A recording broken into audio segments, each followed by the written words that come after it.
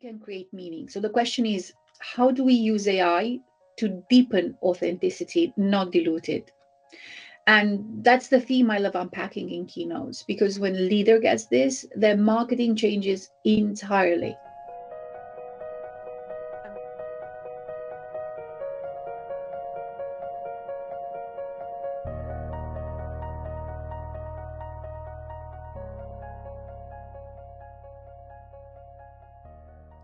Well, it starts by making responsibility visible, and this is where the biggest challenge is. There is open source expertise of how to do it, how to ensure the AI systems behave responsibly. But the reality is, our policies could end up being buried in a handbook. So what companies need to be doing is make those lived practices. That means training, yes, it's very important. There's a lot of focus on training, but also psychological safety.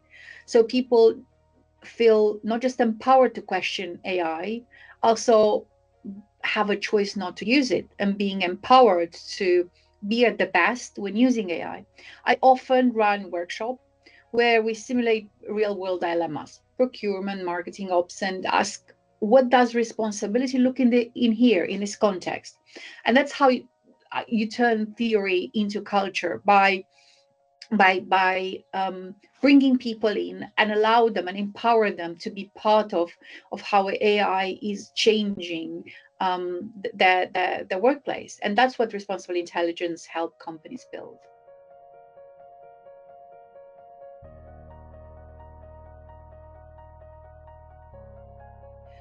That's a lot of noise, obviously, when it comes to marketing. Marketing has been one of the most impacted domain by the last few years revolution. Think hyper personalization, synthetic media, predictive analytics. But the reality is, the real trend is, I would say, human resonance. I see marketing sitting casually in between business and art. And if that's the case, the output of marketing has to resonate with us, with the humans.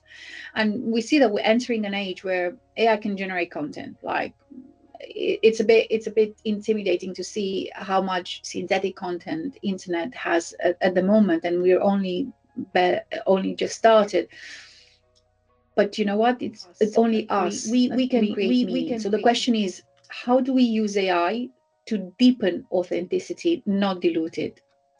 And that's the theme I love unpacking in keynotes, because when a leader gets this, their marketing changes entirely.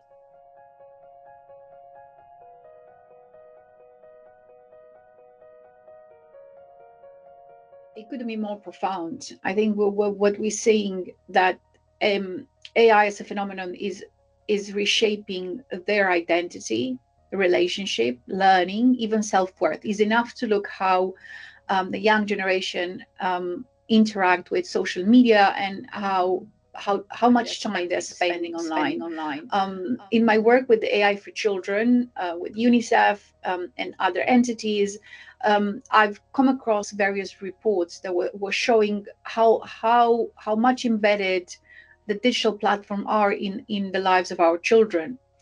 And this reshaping, it happens quietly. The kids didn't choose the algorithm or the platform, and they can't control it. They have no agency.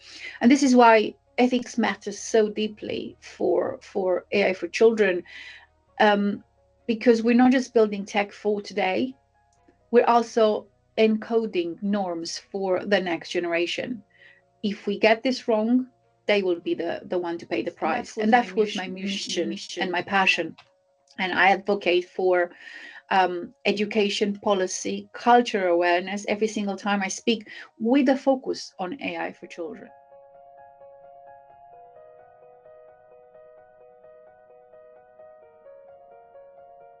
That we have agency and we have control. And I think this is what it's not as clear when you open the newspaper and you read the latest interview of a tech guru. AI isn't something out there. It's in the system we use, the decision we make, the culture we shape. And I would very much want the people to walk away not just informed, but activated and empowered. Why not? That we have still control on our side on how to use AI to work for us. And if a company wants to go further beyond the talk, that's where responsible intelligence come in, because this is just a keynote. It's a movement on how to make AI work for us as individual and as a collective.